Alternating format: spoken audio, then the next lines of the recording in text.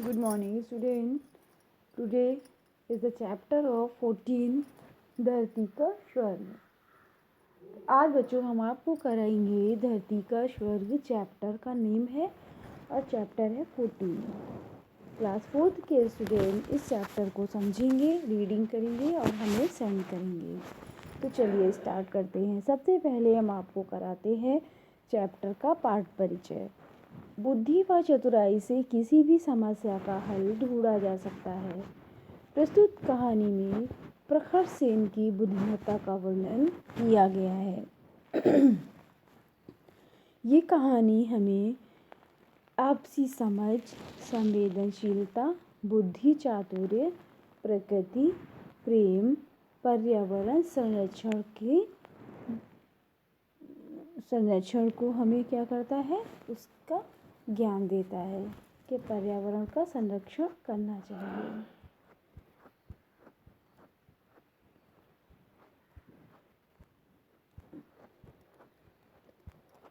इस कहानी को पढ़ेंगे और समझेंगे कि शारीरिक बल तथा मानसिक बल में क्या अंतर है। क्या मानसिक बल भी उतना ही आवश्यक है जितना कि शारीरिक बल? ठीक है, तो चलिए हम इस कहानी को स्टार्ट करते हैं।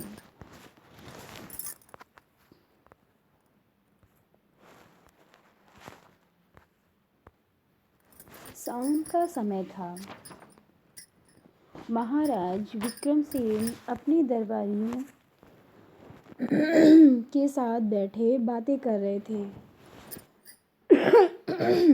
सभी दरबारी अपने अपने अनुभव सुना रहे थे। कोई किसी स्थान की सुंदरता का वर्णन करता था तो कोई किसी घटना का। तभी महाराज बोले, न जाने हमारे दादाजी किस स्थान की सुंदरता का वर्णन करते थे। वे कहते थे कि वह स्थान धरती का स्वर्ग है। हम आज भी उस जगह को देखना चाहते हैं। तभी महाराज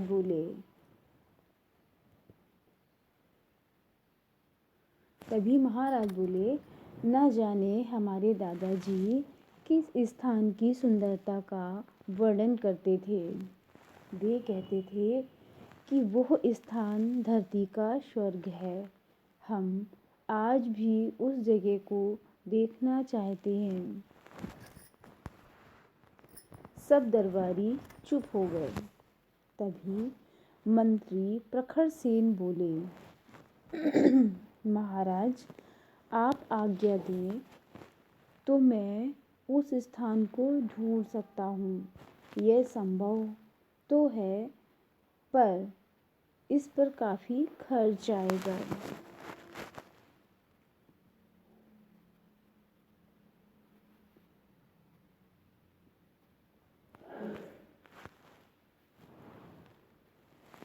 आप जितना चाहे धन ले सकते हैं, महाराज ने कहा। महाराज, लगभग 10,000 स्वर्ण मुद्राएं लगेंगी।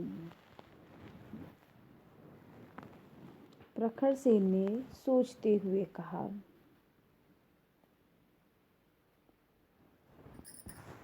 ठीक है, आप कल ही राजकोष से मुद्राएं ले लीजिए।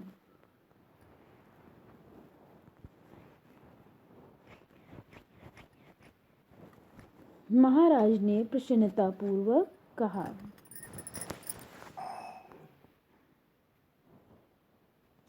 मंत्री प्रखर सेन ने अगले ही दिन राजकोष से स्वर्ण मुद्राएं निकलवा ली।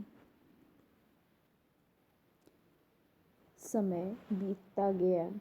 दरबारी दबी जबान में आपस में बातें करने लगे। सब सोचते थे कि मंत्री ने राजा को मूर्ख बनाकर इतनी बड़ी धनराशि ले ली है।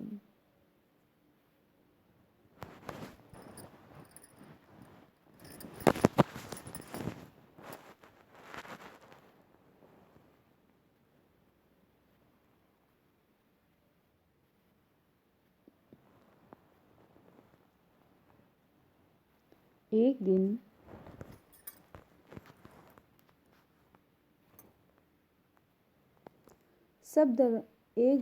एक दरबारी ने धीरे से कहा, महाराज, अब तो काफ़ी महीने बीत गए हैं। हम सब भी धरती का स्वर्ग देखने के लिए बेचैन हैं। न जाने मंत्री जी कब धरती का स्वर्ग दिखाएंगे। अन्य दरबारी भी ये सुनकर हाँ में हाँ मिलाने लगे। प्रखर सेन यह सुनकर मुस्कुराए और बोले, महाराज, खोज करने में तो समय लगता ही है। हो सकता है मुझे कुछ वर्ष भी लग जाए। यदि आप इतना समय नहीं दे सकते तो मैं स्वर्ण मुद्राएं लौटाए देता हूँ। महाराज ने पल भर सोचा और बोले, नहीं नहीं, आप अपनी खोज जारी रखिए। धीरे धीरे 5-6 वर्ष बीत गए। दरबारी भी धरती की स्वर्ग की बात भूल गए।